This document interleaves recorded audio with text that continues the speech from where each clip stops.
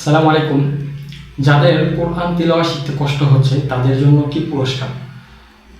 সহিহ মুসলিমের একটি হাদিসে রাসূলুল্লাহ সাল্লাল্লাহু আলাইহি ওয়াসাল্লাম বলেছেন, ওয়াল্লাযী ইয়াকরাউল কোরআন, অর্থাৎ যে কোরআন পড়ে, ওয়া ইয়াতাতাআতাউ ফীহি, এবং সেটাতে সে তুতলায় বা আটকায়, ওয়া হুয়া আলাইহি শাক্কুন, এবং সেটা তার জন্য কঠিন, লাহু আজরান, তার জন্য দুইটি পুরস্কার।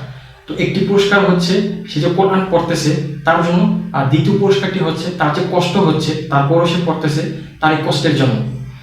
তো শুরুর দিকে কোরআন তেলাওয়াত শিখতে গেলে কষ্ট হবে, এটা সবার জন্য, ব্যতিক্রম এক্সেপশন কেউই নেই।